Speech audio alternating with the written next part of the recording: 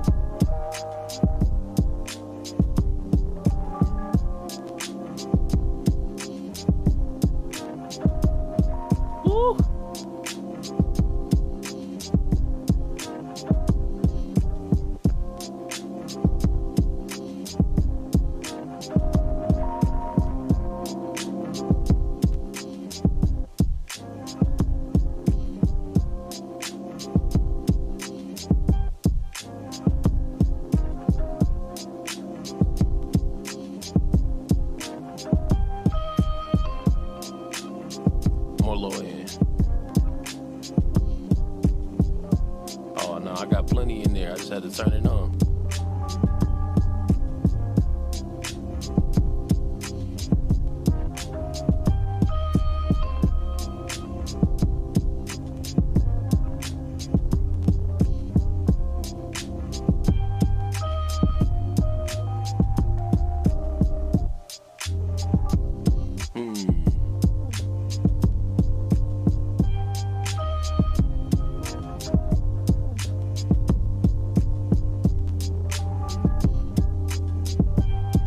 Let's see, hold up. I like this right here. I want to go here.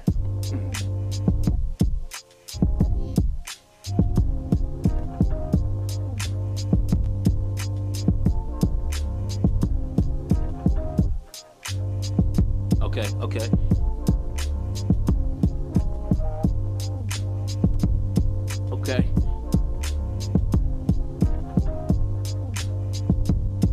Yeah.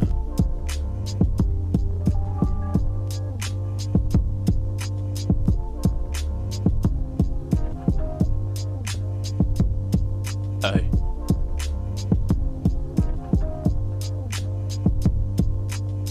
Let me record this real quick.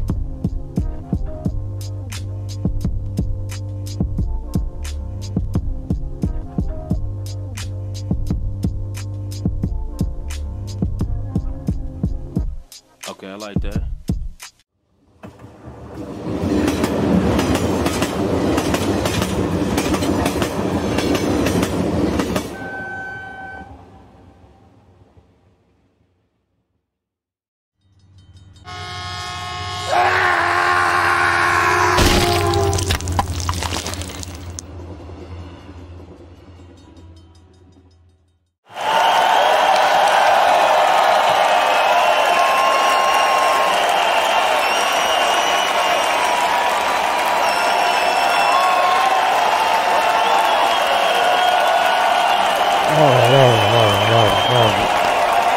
Sit your ass down, sit down. Okay. I miss you too. Calm down. You got some money for me? You got money for me? Let me call you if you got some money for me. You got money for me?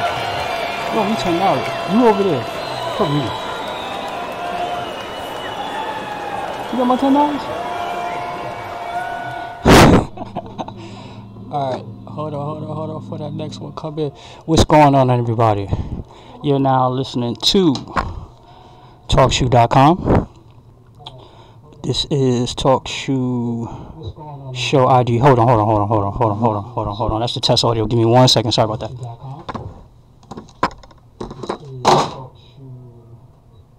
Okay. Shit. Sorry about that. Oh my god. I'm like an amateur. Oh my. Oh boy. It's been that long. What's going on, everybody? Once again, you're now listening to TalkShoe.com. This is TalkShoe Show number 128740. Thanks, everybody. This is URR Radio. Oh my God, we're live. Oh, where have you been? I've been around. I've been watching you guys. You know, I've been watching. All right, but let's get into this. We're testing this OBS. So let's just get down to it. for those who hate the news. Let me just get this first article I got right here. Yeah, let's start with this one. Give me 1 second, everybody. I'm still trying to figure out this OBS. What's going on, man? Alright, what's going on? I'm good. Alright, just give me 1 second. I just want to make sure I got this right. Dude, you would not believe how difficult this program is. Alright, so let's see if I got this right. Go to OBS. Let's activate the capture. Switch to the capture. I think that means you guys can now see my screen. Hopefully. Let me see if I can get I got it playing on the other, just to see if I can see it. But alright,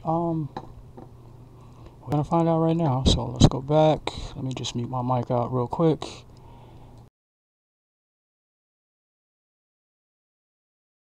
Do you believe everything the president has said on these subjects? No. I don't, no.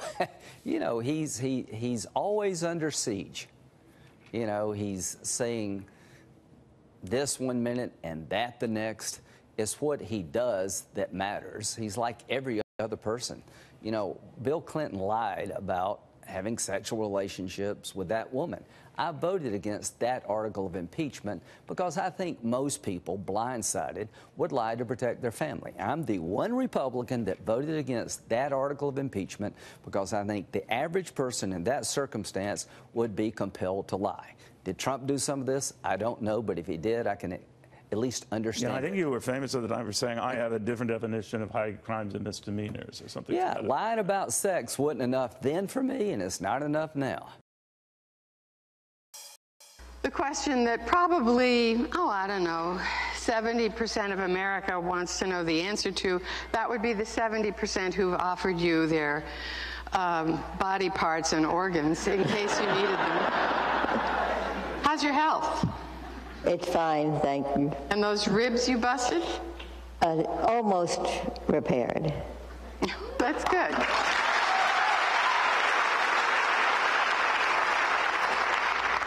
And have you gone back to your trainer, Yes. Brian Stevenson? Yes. We went back immediately after the fall. We could do legs only. But yesterday, we did the whole routine. The whole routine? Yes. The whole routine that most 35-year-olds can't do.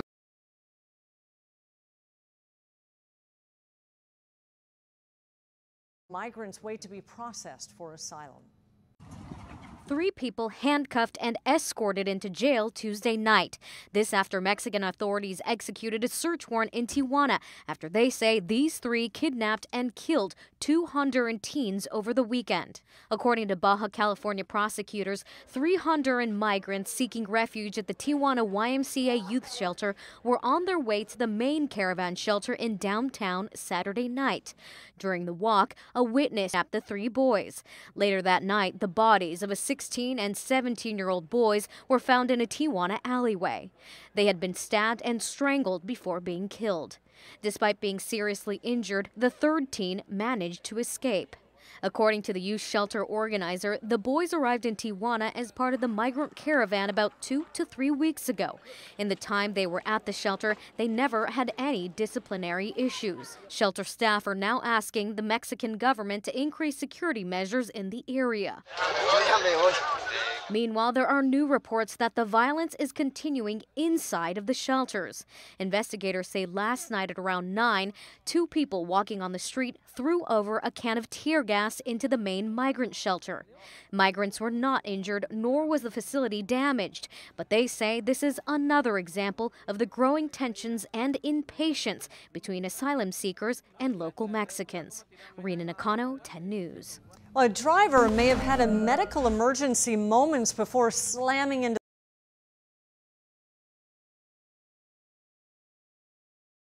There is some real concern within U.S. Customs and Border Protection and other Homeland Security agencies about caravans, and for them what is potentially an unprecedented situation.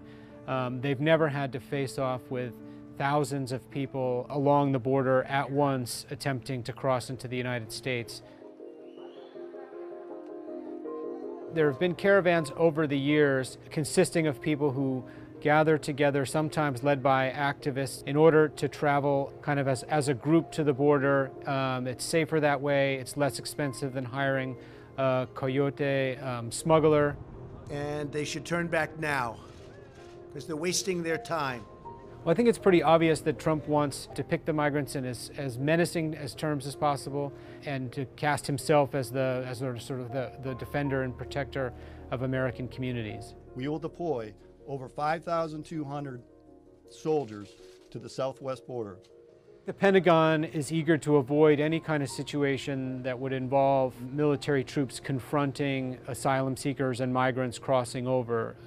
They've gone to great lengths to emphasize that the military troops will be there in mostly a supporting role, supporting U.S. border agents and customs officers who are trained to make arrests and who will actually conduct the law enforcement activities along the border.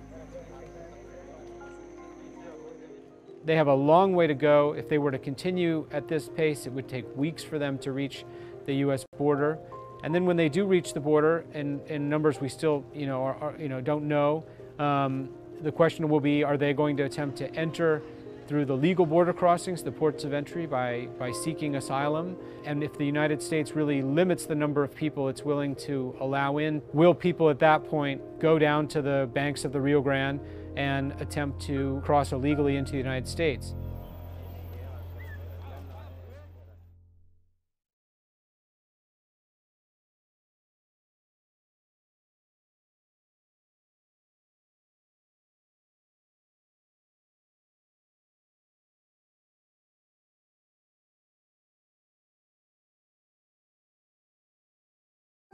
Being a good father is important to me.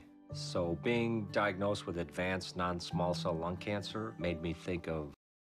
More on this. No wonder that in a new Gallup poll, by the way, actual Americans point to immigration as the issue most important to them, right behind our government. So why aren't the activists, the politicians, the majority of the media listening to you? Here to debate, Tom Homan, former acting director of ICE and a Fox News contributor, and Lisa Johnson-Firth is a principal of Immigrants First and a professor of law at Georgetown University. It's good to have you both. Let's start with you, Professor. I understand that there's a great humanitarian story to be told here. There are thousands and thousands of people, and indeed millions probably in Central America. I've spent a lot of time in both Salvador and Guatemala, and I know the people well. I know the place well. Beautiful countries, very corrupt. But most of these aren't asylees. Most of these are economic migrants. And by our own Border Patrol, even during Obama, most of them were overwhelmingly rejected. So why isn't the metering slowing this down so we can process people in an orderly way? Why isn't that the right way to go? Well, first, I would take issue that they are economic migrants. If you read the State Department report on any of these countries, the Northern Triangle, they're some of the most violent countries in the world. Gangs have, as you noted, taken over those countries. They're very corrupt and very dangerous. And so I would say I've been practicing immigration law for about 16 years. 10 years ago, yes, I was seeing many more economic migrants. Now I believe that I'm seeing in my caseload true asylum seekers fleeing horrific gang violence. But that's not really that's not one of the credible, that doesn't work on the credible fear calculus, does it? Those cases are difficult to win because of the way asylum law has been constructed. So you think it should be more lenient than it is now? I think that, first of all, getting to the metering, I'm going to address your issue, but getting to the metering issue, when we are having people report to ports of entry rather than being able to cross the border wherever, which is obviously being challenged, Trump's decision to have that, we're basically forcing a huge population to go through very small entry points. And in the process of waiting, those people are subject to violence while they're waiting. I just interviewed a woman last week who was raped while waiting at the border. She'd actually been gang raped 60 times in her process of coming to the United States. And so I think we're increasing the danger. Obviously, some people will turn back. I think it is a way that the government's discouraging people from legitimately presenting asylum claims at the border that they're entitled to under U.S. law and under international law. Tom, I think the politicians have really blown this. I mean, I have no doubt that horrific things, we already know horrific things have happened to children, to women, and to others, and there are criminal elements within the migrant caravan. We know that. That's already been proven. But politicians refuse to do what they need to do to make this system work. They refuse. And right now on Capitol Hill, the light's still on over there. They're not going to do anything. Well, look, the politicians, as you said, it's a political ploy what they're doing down there. They went down and got this group of 15, moved them to the front of the line and had the 2,500 people that were waiting in line playing by the rules. I got to disagree with you. I've been enforcing immigration law about twice as long as you've been practicing it. And I'm telling you, most of these people are not legitimate asylum seekers. Violence is not a claim for asylum, and 90% lose it. What the politicians ought to be doing, rather than going out there and pulling a political ploy like they're doing, they ought to be here in Washington, D.C., fixing the loopholes in our immigration laws that causes these caravans to even exist in the first place. I've been up on Hill many times this past year with the Secretary, close it, raise the asylum bar, address the Florida settlement agreement, give ICE detention money so it's not back to catch and release. If they close these loopholes, they will stop a lot of this illegal immigration, but it isn't about protecting the border. It isn't about closing loopholes. It's about taking on the Trump administration. It's about politics, head of public safety and national security. I want to play something. This was Joe Scarborough this morning, who was a Republican, I guess is no longer a Republican. He made this comment. Let's watch. I believe that when you come to the United States, you should come here legally. This is what is lost in this argument. These people coming to America now are coming here legally. They are seeking refugee status. And that is legal. And as far as America being overloaded, there's a net negative flow back into Mexico. Right. Net negative flow back into Mexico. But it's not Mexico that's the point, right? It's just more as the Central American, as you say, the triangle folks are the ones who are coming in. We got to take it back to the basics. But they're not refugees, they're asylees. He's totally mixing up the terminology. He needs to study the issue before he starts talking, but we got to get back to the original issue. If they are really escaping fear and persecution from Honduras, they're in Mexico. All right? They've already escaped that fear and persecution. And they ought to be claiming asylum in the first safe place they come to. A couple of thousand people already took Mexico up on that. So it isn't about escaping fear and persecution. This is about getting to the United States because of maybe violence, because they're going to rejoin family members illegally already here. And I want the professor to react to this. It looks like the United States is going to give billions of dollars to Mexico and to Central America, in part to try to help them keep people in their homelands and also give people jobs in Mexico. I guess, what is it, $4.6 billion that came out today? I guess that's, it looks like they're not going to, they're not giving that money for nothing. That money is going, I think, in part, say, look, you got to stop this flow coming up to the United States. You got to start incorporating people into Mexico. Why aren't the people staying in Mexico? Because Mexico is not safe either. The same gangs and cartels that are in Honduras and El Salvador and Guatemala are also in Mexico. So do you think everybody from those countries should just be able to come because it's a bad place? Because there are a lot of bad places around the world.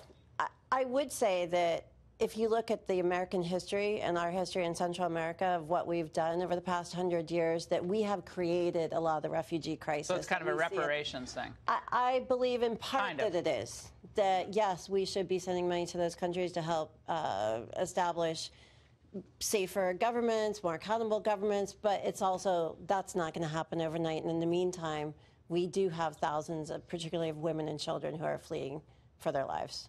And that must be addressed, and we have an international obligation to address that. International obligation. Tom. The facts of the matter is, as I was the ICE director, we removed thousands of people from Guatemala, Honduras, and El Salvador to their countries every day, and there's no claim of fear. These planes are full. Several planes a week go down to all three of those countries.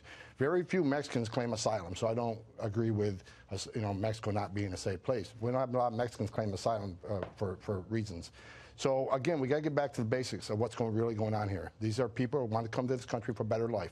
Can't blame them for that. No. But you can't want to be a part of the greatest country on earth and not respect its laws. You can't have it both ways. Well, you're skipping the line, but they're also using the system as it exists today. The system is ridiculous. And the fact that this crowd up on Capitol Hill will not address this, tonight they should be addressing this issue. It is a crisis. The crisis on our southern border has been for a long time. Great debate, you guys. Thank you so much. It only takes a minute to check my business account balances on Chase.com, which leaves more time for testing new.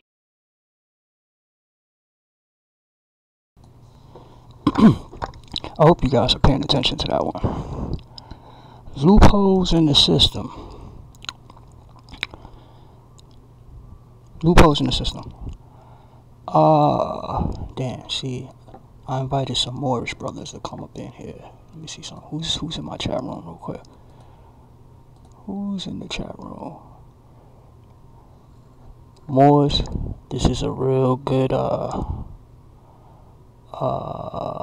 talking point. The 14th Amendment. Right? So let me go to, give me 1 second, I'm jumping around. Let's go to my channel, this channel for a second. Give me 1 second, family. Still trying to get used to this OBS. So hold on. We're gonna go to my channel real quick.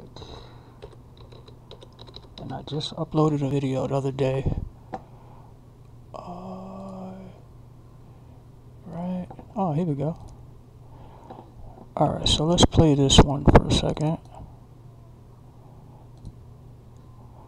And let me mute my mic.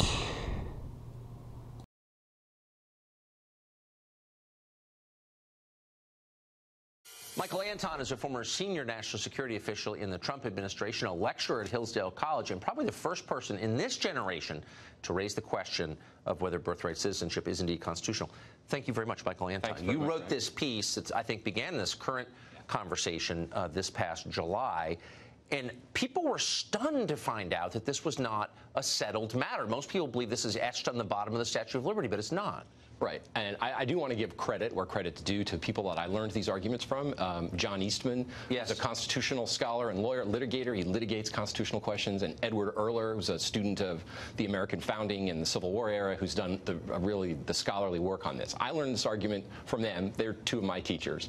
But it's true that, you know, it had kind of gone dormant for a while. Dormant? This is Flat Earth Society stuff. So everyone believes that we have a constitutional mandate to allow the children of illegal aliens to become citizens. And they base that belief on a misreading of the very first sentence of the 14th Amendment, which says all persons born or naturalized in the United States are citizens. They leave out the part in the middle, subject to the jurisdiction thereof. They either leave it out or they say subject to the jurisdiction just means you have to obey the law. Well, everybody has to obey the law. If you're a tourist coming from England or Canada or anywhere, you have to obey U.S. law while you're in the United States. That doesn't make your children a citizen or you a citizen.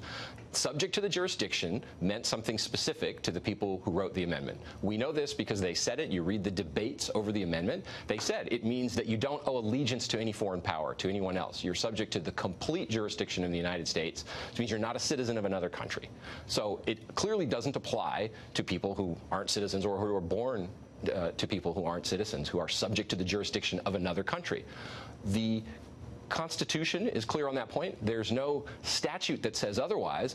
But decades ago, the executive branch agencies of the federal government just decided to apply this principle as if, well, we owe everyone birthright citizenship. Now, why do they do that? Why do bureaucracies typically, in our country anyway, typically act without authority? Usually it's to serve the interests of liberalism. When the administrative state starts doing something that it's not authorized to do and that no one has ever told it to do, you can bet it's not doing so for conservative reasons or for reasons that benefit American citizens. It's doing so for reasons that benefit liberalism. And that's what happened in this case. So you're hearing the argument now from the usual chorus of dumb people that this, like everything that they don't like, is racist. Right. Correct me if I'm wrong, but the purpose of this amendment was to enfranchise people who had been African Americans who'd been enslaved. Absolutely. And so, in what sense would this? I mean, does that argument even make sense? No. And I want to take it seriously. As you say, though, it's the racist is just a cudgel with which to beat up people whose arguments you don't like. So the 13th Amendment freed every slave. You had a controversy at the time where some states were saying, okay, you can free the slaves, but we have the power to make them citizens, and we're not going to do it. So Congress passed the Civil Rights Act of 1866, the same Congress, same year that drafted this amendment. That was vetoed by President Johnson. The veto was overridden, so you get 2/3 of both houses saying, freed black slaves, they are citizens. And that also says not subject to any foreign power. Well, then some of the southern states came back with, okay, well, 1857, the Supreme Court ruled in Dred Scott that no black person, even a free black person, could ever be a citizen of the United States. So the Reconstruction Congress said, okay, then we're going to put this in the Constitution. We're not going to let you get away with this. We're going to make this undeniable that every freed slave and their descendants are citizens of the United States. So an amendment designed to enfranchise African Americans born here, been here 400 years, 500 years, is now being used by Chinese nationals. And Russians, too. Russians flying into Guam or Los Angeles to have children here. That would be not the original intent, I think it's fair to say. Absolutely not. I mean, one of the things that I find incredible and amusing, sadly so, though, is, you know, the Russia hysteria of our time. Russia's supposed to be the biggest enemy the United States has right now, more dangerous enemy than in the Cold War. You know, we're all supposed to be almost on a war footing with Russia. Yes. And the president is criticized for saying maybe we should cool it a little bit and turn the heat down. However, we can't question the practice of Russian women flying to Miami and having their babies to get U.S.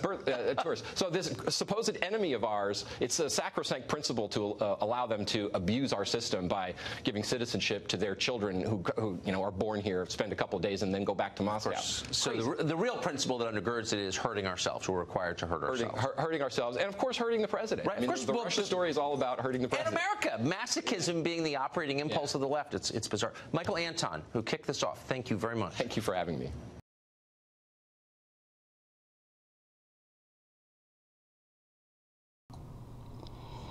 Question. If you have a large group of black people, African Americans, Negroes, colored folk, and you say to them, yo, dude, you know the 14th Amendment was written exclusively for you guys? Now, don't jump on my back more. That's not where I'm going. All I'm saying is, if you got a group of people and you was to let them know that that amendment was written specifically for them and nobody else, I think you got a real good chance of getting their attention. That's all I'm saying. That's all I'm saying. Okay, so let's go to the next one. Let's go to what we got here. Oh, we played that one. Okay.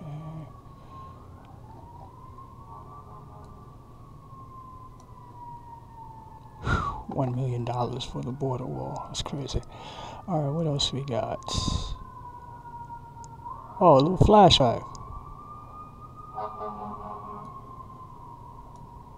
Little flashback here. So hold on, let's go with this flashback. Peace, everybody. We're gonna be getting out of here in a few minutes. Like I said, it's just a test stream. Just testing out this new equipment. So just give me 1 second and let's get to the next story. Hold on.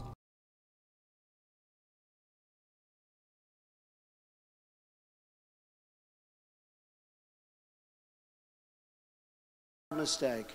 And then Obama came in, and normally you want to clean up. He made a bigger mess out of it. He made such a mess. And then you had Hillary with Libya. So sad. In fact, in many respects, you know, they honor President Obama. ISIS is honoring President Obama. He is the founder of ISIS. He's the founder of ISIS, okay? He's the founder. He founded ISIS. And I would say the co-founder would be crooked Hillary Clinton. Co-founder, crooked Hillary Clinton.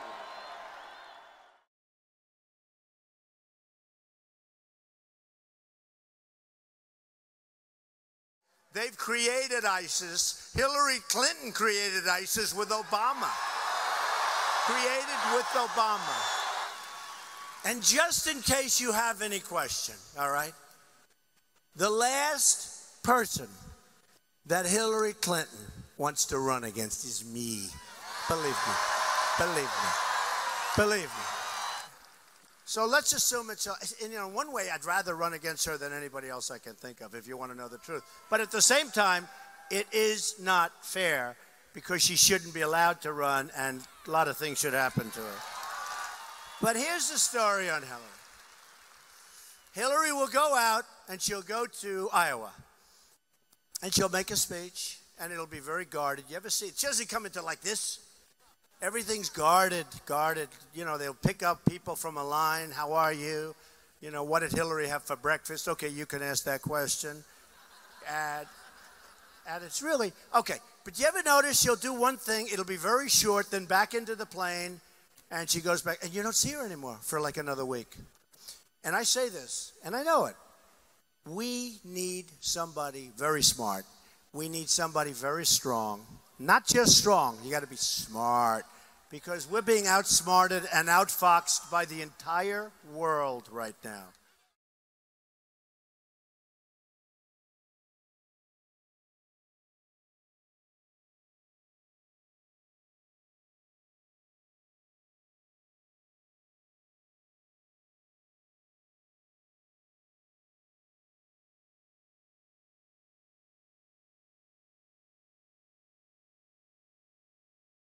Man, I had a really good one. Hold on. Where'd it go?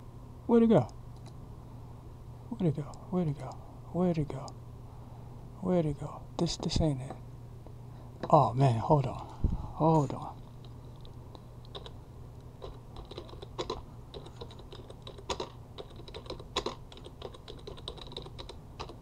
Man, I love this internet, man. This shit is fucking awesome.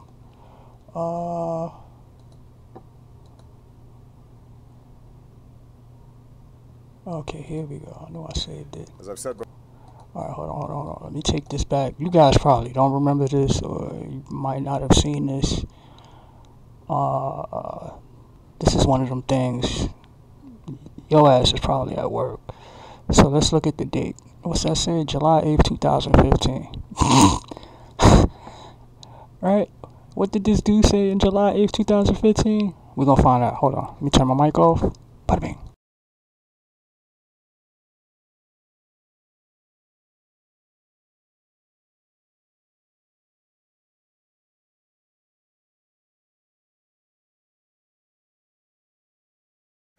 As I've said before, this aspect of our strategy was moving too slowly, but the fall of Ramadi has galvanized the Iraqi government. So with the additional steps I ordered last month, we're speeding up training of ISIL forces, including volunteers from Sunni tribes in Anbar province. As I've said before, this aspect of our strategy was moving too slowly, but the fall of Ramadi has galvanized the Iraqi government.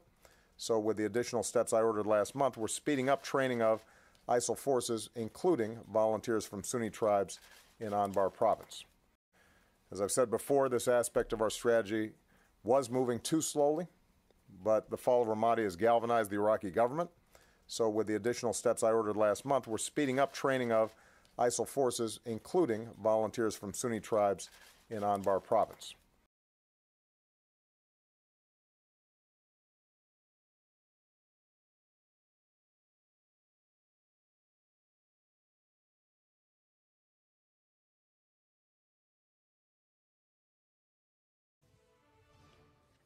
All right. Good morning, everyone. I'm Poppy Harlow. And I'm Jim Sciutto. We were following breaking news this morning. President Trump ordering, surprise order, a full and rapid withdrawal of U.S. troops from Syria. This, according to a U.S. defense official. CNN's Barbara Starr is at the Pentagon with more. And just in the last few moments, the president tweeted, Barbara, we have defeated ISIS in Syria. My only reason for being there during the Trump presidency. Do the facts, does the intelligence support that claim? Well, not the position, Jim and Poppy, of the U.S. military and intelligence community that ISIS is defeated, militarily defeated inside Syria. In fact, ISIS very much reforming, re-strategizing, according to some officials, launching more attacks. ISIS still operating in the eastern parts of Syria, still several hundred, if not thousands, of ISIS fighters and loyalists in that area. What the president has decided is that the 2,000 or so U.S. ground forces in Syria, mainly special forces, are coming out as soon as possible. That is what we are being told. It raises some fundamental questions. Number one, what will happen? Will ISIS now make propaganda hay out of all of this, saying that it's driven the U.S. out of Syria? You can expect that ISIS will have plenty to say about it. What will happen to the thousands of U.S.-backed forces in Syria that the U.S. has been training on the ground with those U.S. ground forces? Will they be abandoned? Russia and Iran, that's the next factor. They all have forces and militias in Syria, especially Iranian-backed militias. Will they be able to now gain new ground, new influence in Syria? Because while the U.S. was there for the reason of fighting ISIS, it very much was a hedge against Russian and Iranian expansion inside Syria. That was just one of the consequences of the U.S. presence there. And the U.S. U.S. military officials had been very much aware of that and thought it was a good thing to be a hedge against some of that expansion if it wasn't their formal reason for being there. The U.S. could still conduct airstrikes, could launch artillery attacks from outside of Syria against ISIS. We'll have to see if some of that happens. But the president saying that ISIS is defeated, I think you will be hard-pressed to find a U.S. military official saying that that is the case. Jim, Poppy. Well, that says a lot, Barbara Starr, certainly. Thank you very much. Let's go to our senior international correspondent, Nick Payton-Walsh, who has reported on the ground there extensively. Nick, your read on this. I'm flabbergasted, to be honest, and I think that will be an opinion shared by most of the US Special Forces we were on the ground with earlier on this year. They thought they were there more or less indefinitely because they were sort of fulfilling three pretty important roles. The bases they built there suggested they weren't going anywhere. These were solid, permanent structures, and I think that's because many felt the Pentagon were getting a lot of bang for their buck here with sort of 2,000 plus troops on the ground.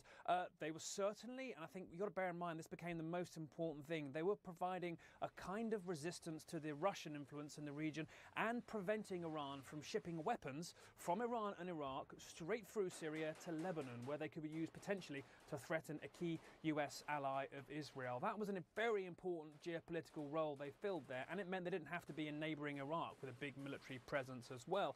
Secondly, also, they were kind of acting in a way to calm Turkish concerns to the north. Turkey is another US ally that thinks that some of the forces the Americans have been working alongside are terrorists. The fact the Americans were there kind of calmed that down to some degree. Publicly, the Turkish were very angry, but I think in their hearts they knew as long as the Americans were around, things wouldn't necessarily get out of control. And finally, there's that ISIS fight. You can't possibly suggest it's over. They're massively diminished, but Baghdadi is still out there.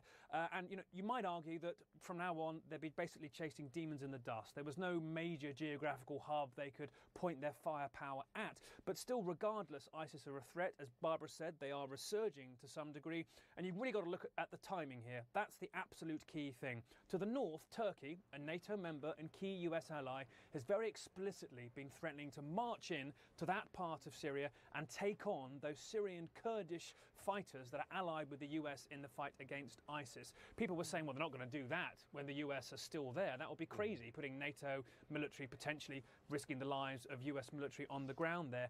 This appears to possibly been influenced by that timing, and I think many will be asking, have the US essentially sold their allies against ISIS out to try and placate their NATO member ally Turkey? Nick Payton-Walsh with a view from the ground there seems to contradict what the president is claiming. Let's bring in retired Lieutenant General Mark Hertling. He commanded troops in Iraq, including against ISIS, and Gail Zamak-Lemon, who's been in northern Syria at least 5 times in the last 16 months. In fact, just got back from the region this weekend. General Hertling, if I could begin with you here, the most recent Pentagon IG report put the figure of ISIS fighters in Iraq and Syria at 30,000. How can the president claim today that ISIS is defeated in Syria? He can't, truthfully, Jim. Here's the thing.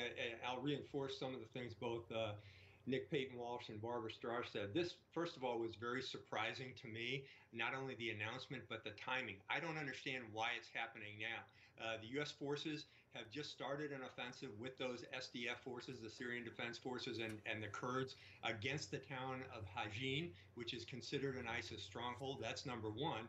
Number two, U.S. forces enter another town called Al-Tanf in southern Syria that the Russians have said they would like U.S. forces out of there. They have stated that several times. You're talking about making both the Russians, the Syrians, the Russians, the Syrian Bashar al-Assad, the Iranians, and the Turks very happy about this move because, as Nick said, the Kurdish forces are going to see this as us turning against them one more time. One point I'd like to make, though, what's interesting that hasn't been brought up yet is there seems to be a transactional element to this, too, because over the last 3 days, the U.S. has just sealed a deal with Turkey for $3.5 billion worth of Patriot missile systems that was signed yesterday by our State Department. I'm sure that played a role a little bit in this. Understood, and Turkey is our NATO ally. But Gail, to you, the vantage point of someone who just returned from northeastern Syria, you just saw this on the ground. You have been talking about the ISIS pushes back into Raqqa, the sleeper cells there trying to activate, the real ISIS risk on the ground that you saw firsthand. The timing here, it is hard to understand the why. And, you know, Nick Payton Walsh just laid out an important point that a big part of the reason, you know, our troops are there is resistance to Russia's influence in the region.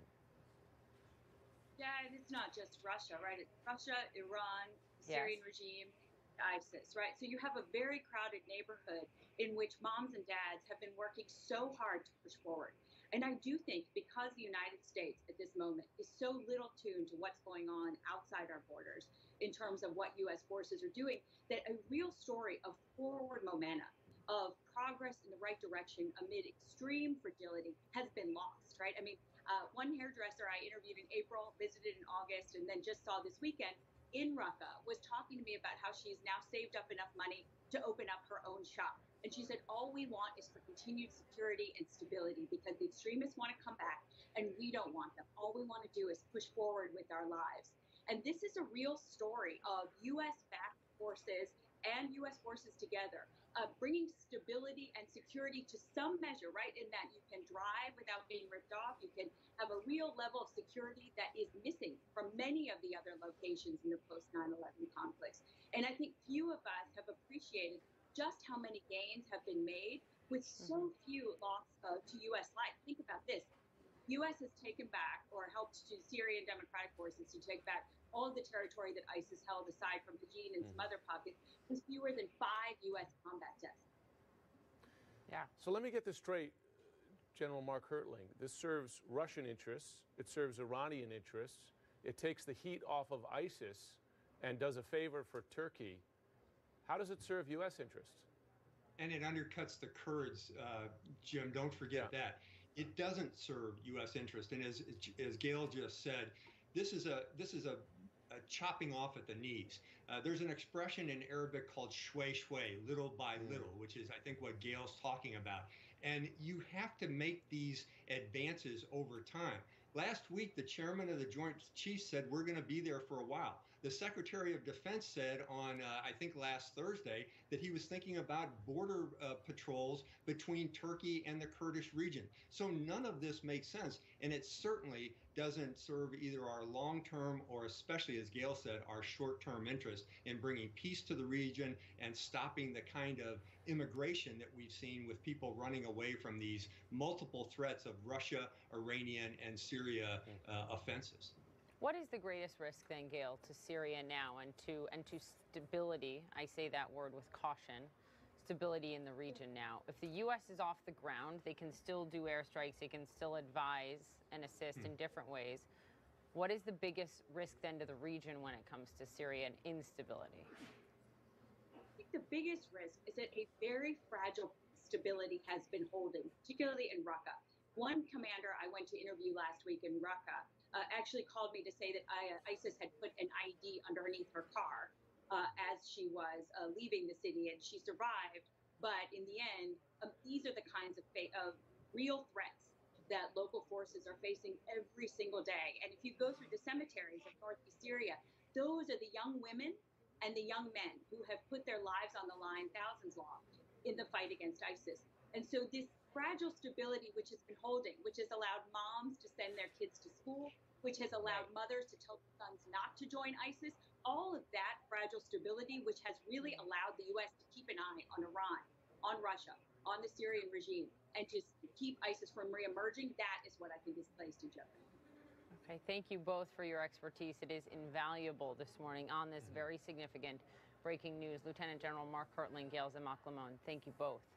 Coming up, a rare and monumental bipartisan win. The Senate passes a sweeping overhaul of the criminal justice system, what it could mean for prison sentences moving forward. Plus, a new report says Facebook exempted some big tech companies, all the major players really, from abiding by its privacy rules, handing over private messages of users to benefit these other big tech.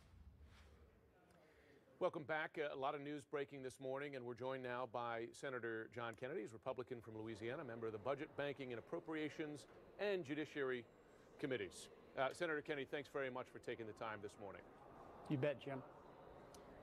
First, I want to start. You've seen the announcement, our reporting and others on the announcement that the president will withdraw all U.S. forces from Syria, and the president claiming a short time ago that the U.S. has defeated ISIS in Syria. In fact, the latest Pentagon IG report says that there is still 30,000 ISIS fighters in Iraq and Syria. Do you disagree with the president's claim that ISIS is defeated? I don't know yet what I think about the president's actions, Jim. I'm not trying to dodge your question. I want to get a briefing from the White House, and I want to talk to General Mattis. I think we have, for the most part, 95% driven ISIS out of the Middle East. Having said that, I want to understand the impact that this will have on our Kurdish friends. We would not have been able to defeat ISIS without help from the Kurds, and I want to make sure we're not leaving them high and dry. Let me ask you this. This clearly serves Russia's interests. It serves Iran's interests there. They don't like having U.S. forces on the ground. It takes pressure off of ISIS there. How would this serve U.S. interests at all, particularly from a president who criticized President Obama for withdrawing forces too quickly from Iraq, which allowed ISIS to then reconstitute there? Well, it could serve American interests. I mean, we have spilled a lot of blood and spent a lot of taxpayer money in the Middle East, including but not limited to Syria. I just don't know yet. I'm really not trying to dodge your question. General Mattis, President Trump have information that you and I don't have. I will be briefed. Again, I think for the most part we have defeated ISIS. Doesn't mean there are not still some terrorists left. There are. I don't like spending a penny more than we have to in the Middle East. But I am worried about how, concerned would be the right word. I don't know enough to be worried about the impact this will have on our Kurdish friends. In fairness to you, I just want you to know, because you can't see this where you're standing, we've been showing footage that's CNN exclusive. It's drone footage from the aftermath of a battle with ISIS just within the last several days in a part of Syria called Hijin. How can there still be, and the picture, just if I could describe to you, it's devastating. It looks like Dresden after World War II. I mean, how can you have fighting like this within the last few days and ISIS be defeated? Well, I didn't say they were totally defeated, but I do think they're 95+% defeated. We're certainly in much better shape today than we were this time last year and the year before.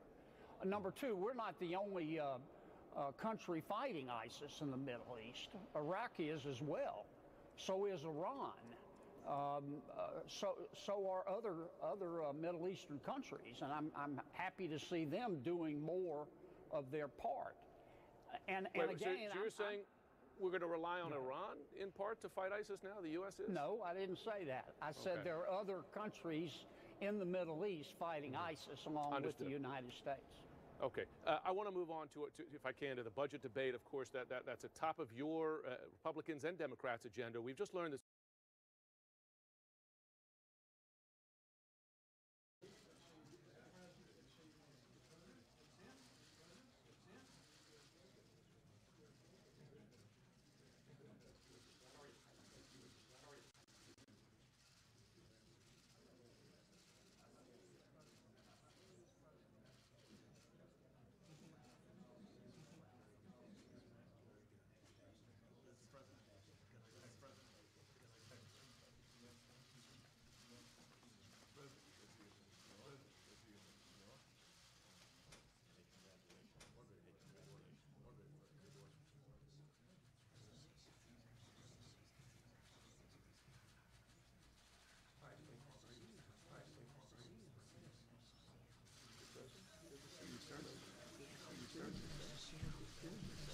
Nice to see you.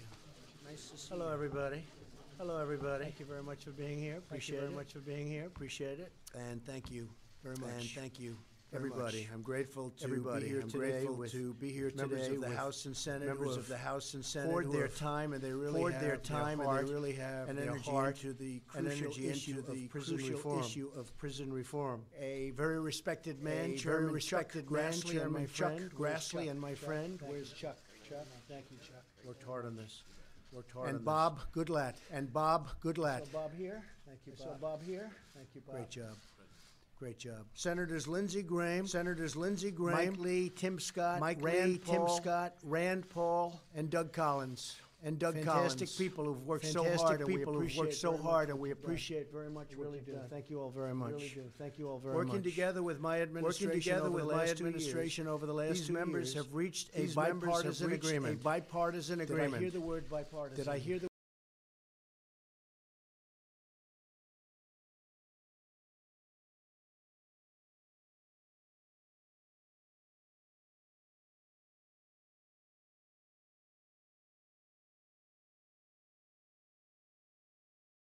I just tried that Amazon hack that is all over the internet. I don't know if you guys have heard of it. It's called WikiBuy. And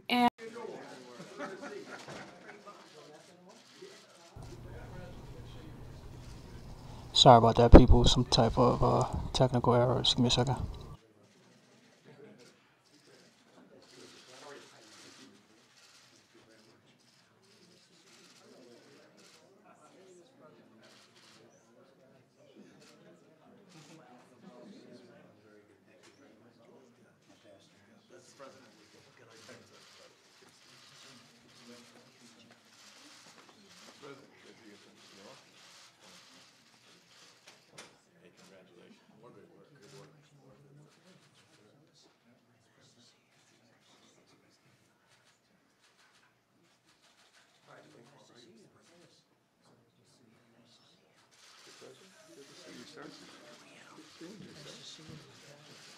Nice to see you.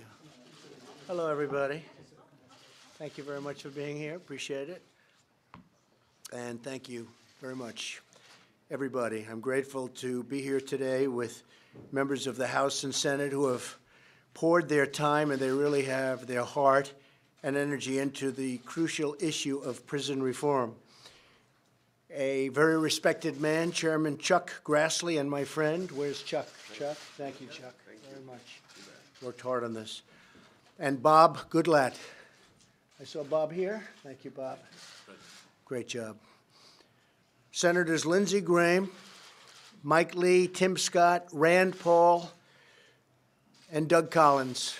Fantastic people who've worked so hard, and we appreciate very much what you've done. I really do. Thank you all very much. Working together with my administration over the last 2 years, these members have reached a bipartisan agreement. Did I hear the word bipartisan? There you go. Did I hear that word? Huh? That's a nice word. Bipartisan agreement on prison reform legislation known as the first step. And that's what it is. It's a first step, but it's a very big first step. Today, I'm thrilled to announce my support for this bipartisan bill that will make our community safer and give former inmates a second chance at life after they have served their time. So important. And I have to tell you, I was called when I announced and when we all announced together this news conference by some of the toughest, strongest law enforcement people, including politicians, by the way, who are so in favor of it. And I was actually surprised by some, like as an example, Mike Lee and Rand Paul and others. No, it's got tremendous support at every level. It's really great. And we're all better off when former inmates can receive and reenter society as law-abiding, productive citizens. And thanks to our booming economy, they now have a chance at more opportunities than they've ever had before. It is true. Our economy is so strong that when people are getting out of jail, they're actually able to find jobs. And I have 3 instances of companies that hired people coming out of prison, and they are so thrilled by the performance of these people And now they're doing it more and more and more. A lot of people are seeing this. It's great. They wouldn't have had the opportunity, frankly, except for the fact that the economy is so strong. And our job market is the lowest and best it's been in over 50 years and seems to be getting even better. Our pledge to hire American includes those leaving prison and looking for a very fresh start, new job, new life. The legislation I'm supporting today contains many significant reforms, including the following. First, it will provide new incentives for low-risk inmates to learn the skills they need to find employment, avoid old habits, and follow the law when they're released from prison. These incentives will encourage them to participate in vocational training, educational coursework, and faith-based programs. And I want to thank Paula White very much, because I know you very much wanted that. Thank you, Paula. That reduce their chances of recidivism and, in other words, reduce their chances of going back to prison substantially. Second, this legislation will allow federal inmates to be placed closer to their home communities in order to help facilitate family visitation. So important, because we know that maintaining family and community ties is key to a successful reentry into our society. Third, the bill includes reasonable sentencing reforms while keeping dangerous and violent criminals off our streets. In many respects, we're getting very much tougher on the truly bad criminals, of which, unfortunately, there are many. But we're treating people differently for different crimes. Some people got caught up in situations that were very bad. I give an example of Mrs. Alice Johnson, who served 21 years, and she had, I think, another 25 or so to go. So she would have been in there for close to 50 years for something that other people go in and they get slapped on the wrist, which is also wrong, by the way, which is also wrong. But I'll never forget the scene of her coming out of prison after 21 years and greeting her family, and everybody was crying. Her sons, her grandsons, everybody was crying and hugging and holding each other. It was a beautiful thing to see. It was a very tough situation. Among other changes, it rolls back some of the provisions of the Clinton crime law that disproportionately harmed the African-American community. And you all saw that, and you all know that. Everybody in this room knows that. It was very disproportionate and very unfair. Throughout this process, my administration has worked closely with law enforcement. Their backing has ensured that this legislation remains tough on crime. It's got to remain very tough on crime, and supports the tremendous work of our police and the tremendous job that law enforcement does throughout our country, our communities. They do an incredible job. We have great respect for law enforcement. We're honored that 7 of the major police organizations, including the Fraternal Order of Police and the International Association of Police Chiefs, have fully endorsed this bill. We could not have gotten here without the support and feedback of law enforcement, and its leaders are here today, 2 of them, especially Chuck Canterbury of FOP and Chief Paul Sell of IACP. Thank you very much. Thank you very much. I appreciate that very much.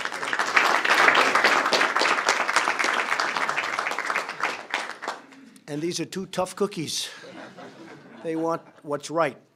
They want what's right. And interesting, if you look at Texas, if you look at Georgia, if you look at Mississippi and Kentucky and some other states that are known as being very tough, these are big supporters of what we're doing. And some of it's been modeled after what they've done. They've done a tremendous job. My administration will always support the incredible men and women of law enforcement, and we will continue to pursue policies that help the heroes who keep us safe. They are truly heroes. We also thank the more than 2,000 leaders in the faith community who have signed a letter of support. We have tremendous support within the faith community, unbelievable support. Americans from across the political spectrum can unite around prison reform legislation that will reduce crime while giving our fellow citizens a chance at redemption. So if something happens and they make a mistake, they get a second chance at life. Today's announcement shows that true bipartisanship is possible, and maybe it'll be thriving if we're going to get something done. When Republicans and Democrats talk, debate, and seek common ground, we can achieve breakthroughs that move our country forward and deliver for our citizens, and that's what we're doing today, and I have great respect for the people standing alongside of me. I urge lawmakers in both House and Senate to work hard and to act quickly and send a final bill to my desk, and I look very much forward to signing it. This is a big breakthrough for a lot of people. They've been talking about this for many, many years. I want to thank Jared Kushner for working so hard on the bill. Thank you, Jared.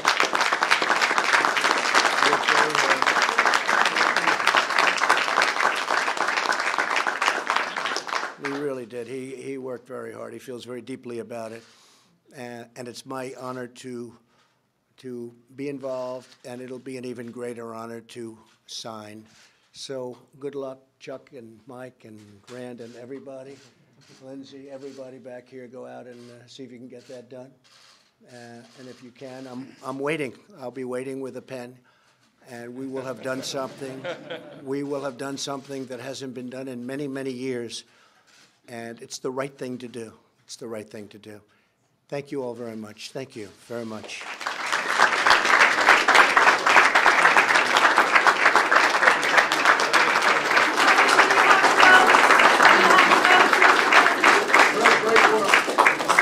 Mr. President, do you have the votes?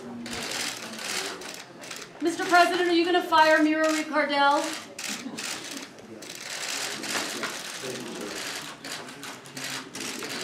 Mr. President, you just said that people use disguises to cast illegal votes. Do you have any evidence of voter fraud like that? Do you have any evidence of people doing voter fraud? Why make that false claim without evidence? Have you started planning it? I don't even know where to start. Your wedding was so perfect. How did you do it? Zola. Zola is the easiest way to plan your wedding and register. Start with a free wedding website. There's a beautiful design for every wedding style. Get started for free at zola.com/joy. Where'd you register? You guys got the best gifts. Zola. Zola makes registering for newlywed life easy. Get free shipping on top brands, 20% off remaining gifts post-wedding, and add honeymoon funds. Get started for free at zola.com/joy. Native-born Americans, unfortunately, commit crime at over.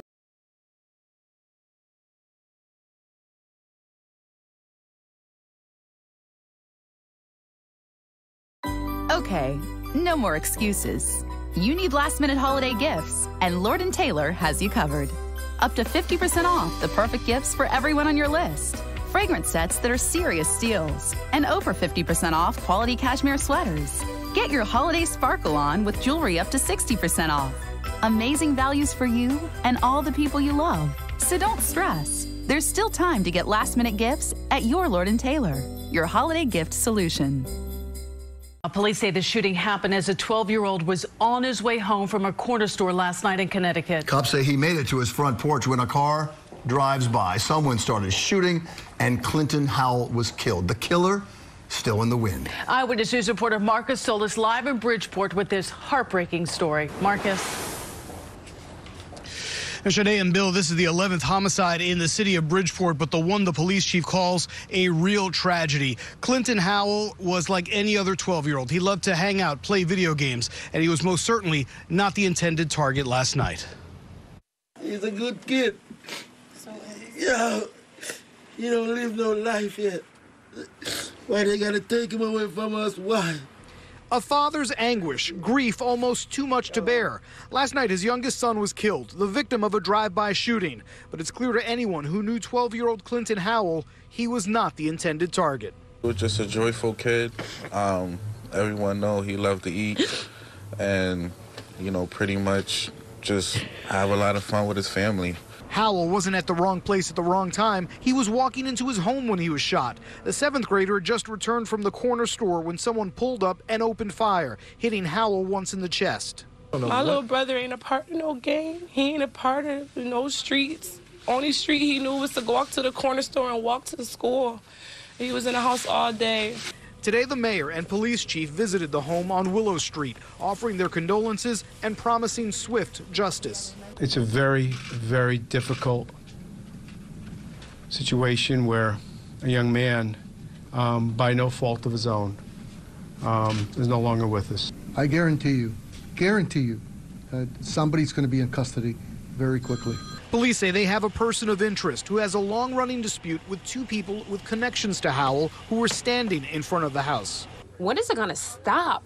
When is it going to stop another mother, another father, another brother, another sister going through? For what? Senseless.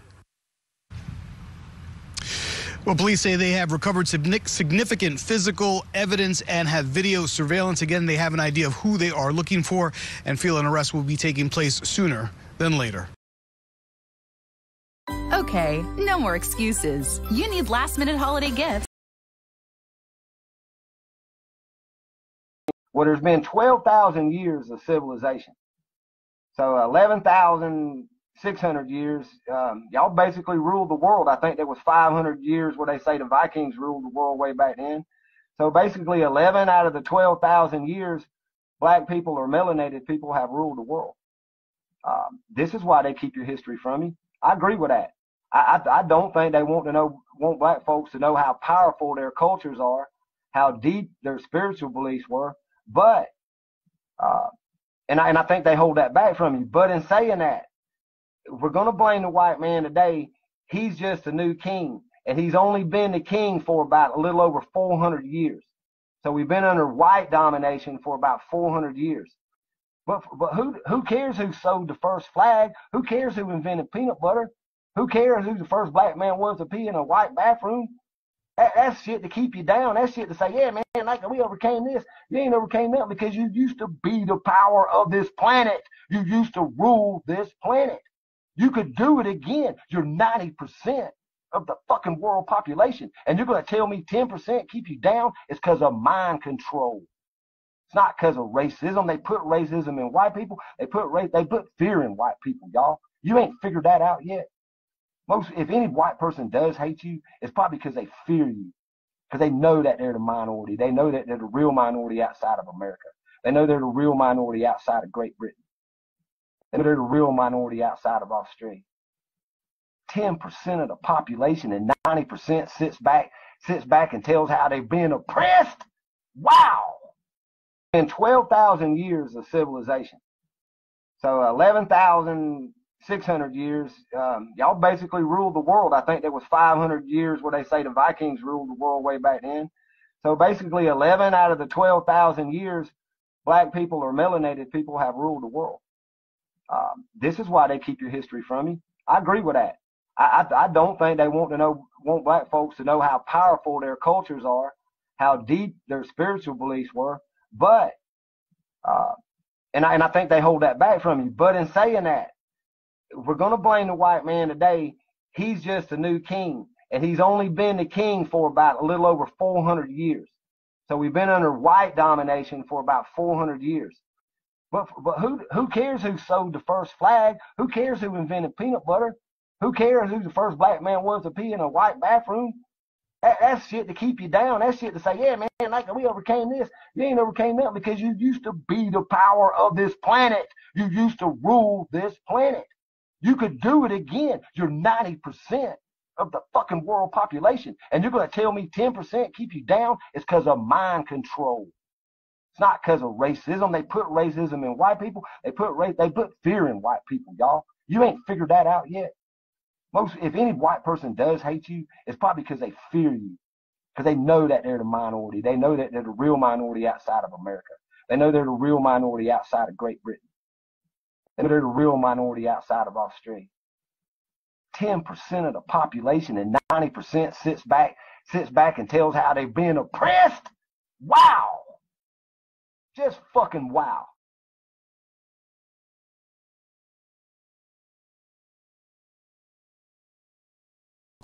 I had to play that. I had to play that. All right, let's see what we got here. Peace, everybody in the chat room. Peace, everybody on the YouTube side. Peace to the talk shoe side. What we got over here? Okay. Yeah, if you want to shoutcast, what's up? What else we got? I'm not even paying attention, man. I'm just it's like day 2. Yesterday we did a little quick one. Today I'm just trying to see. Won't know for sure until after we're done. So with that, let me close this out. Yeah, that's pretty much it, man. Thanks for tuning in. Appreciate you. Yeah, it's crazy, man. Yeah. So remember, everybody, the 14th Amendment was written exclusively for black people. So this is what you're gonna do. Take a pen. I'm gonna give you a quick one and I'm gonna get out of here. If you take a pen, write this down. 14th Amendment, Civil Rights Act of 1866. Civil Rights Act of 18, always do that. I go 1866 and 1965. Sorry, I've been doing that for a while. So you're going to go to the Civil Rights Act of 1866, the Civil Rights Act of 1965. Then you're going to jump to what I call the coincidence. Civil Rights Act of 1968. Almost the same document, but they changed one word. Do your research. I ain't going to tell you what word that was. It's only a couple paragraphs to read. I ain't tell you to read the whole Constitution. I just said go to the 14th. Matter of fact, you can start at 13th, but go to the 14th. And like I said, I'm just saying this as a rally talking point. Because you can easily stop a group of black people dead in their tracks. Yo, man, you know that 14th? Huh? That's my message. Hold on. No. Hold on, I'm sorry, everybody. Send me a message. 1866.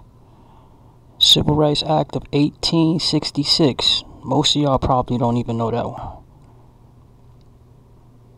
Everybody seems to think of the Martin Luther King one.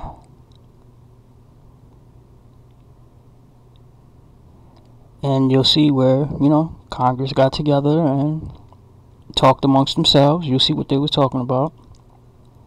Yes, they were talking about status. Dude, more. You gotta take that.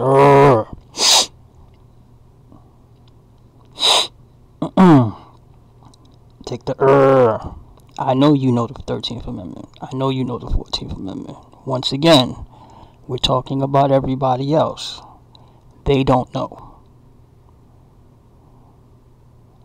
Okay? So that means it's up to us. Okay? Did you see the video I told you to go check out? And you seen what the brother said, right? Big shout out. Give a shout out to I see the Duke of Tears. You see what he said, right? 2018, it's about to be 2019. These Europeans still believe they cut down trees to put you on. So, that means it's up to us. Okay? It's about to be a new year, y'all. And they still think they forefathers cut down some trees to build boats to put your ass on it. You got Europeans out there laying out, they spitting that truth. Every day it seems to be like there's another one out here. But once again, it's up to us.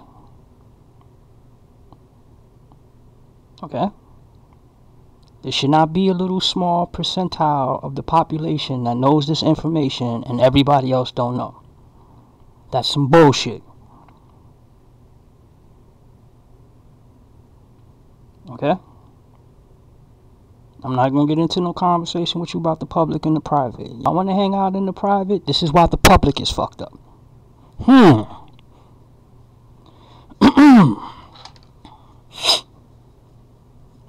I'm going to say it again.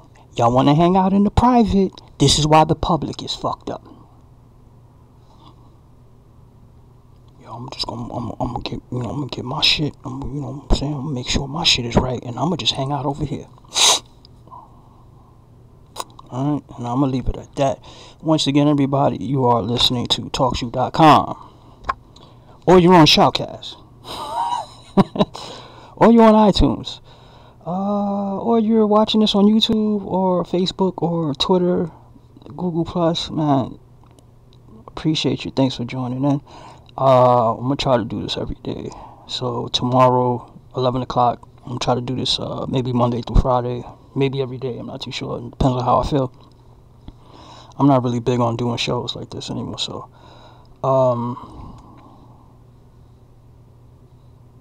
yeah, I might, do 11 o'clock Bud feed, and then there's always shows in the archive, so you guys can always check out what's in there. What happened? Yeah, in January.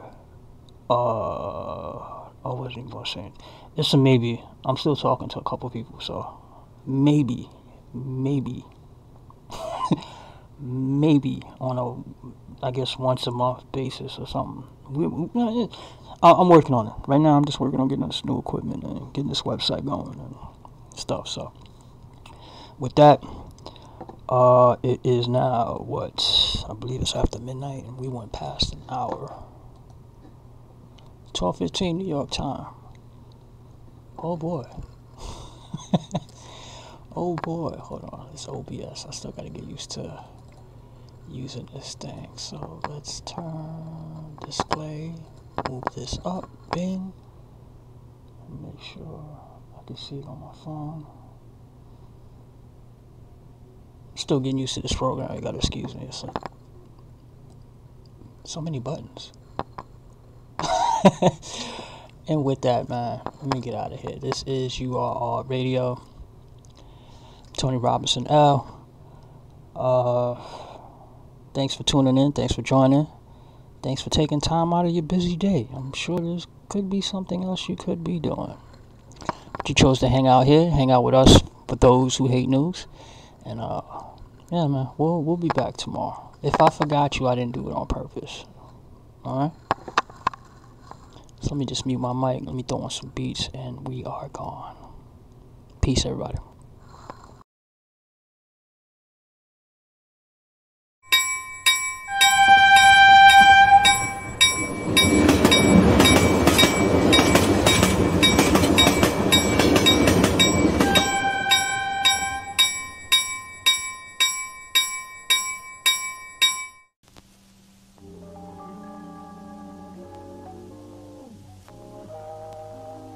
I like that already.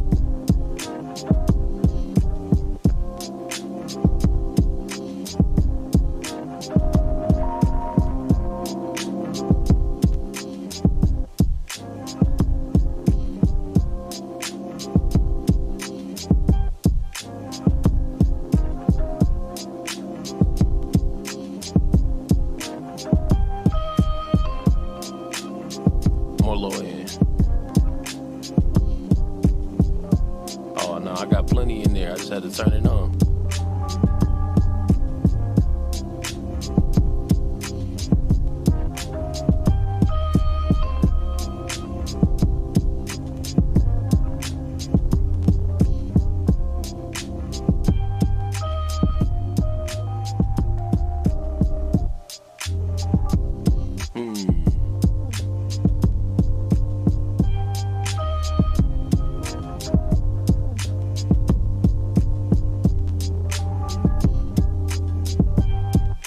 Let's see, hold up. I like this right here. I know. want to go here?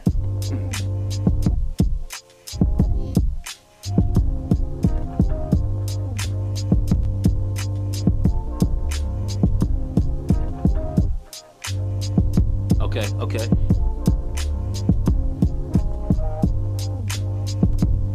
Okay.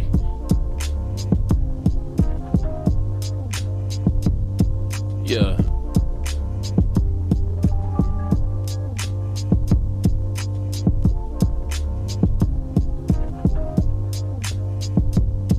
Hey.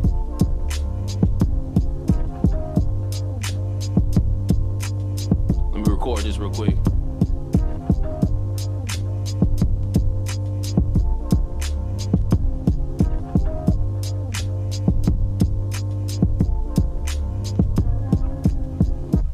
Okay, I like that.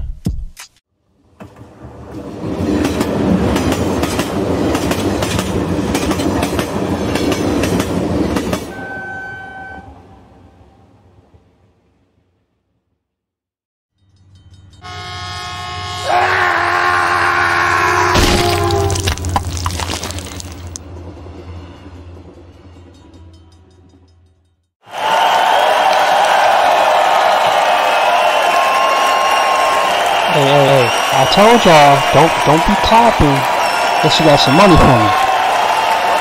128-740, URR, we out.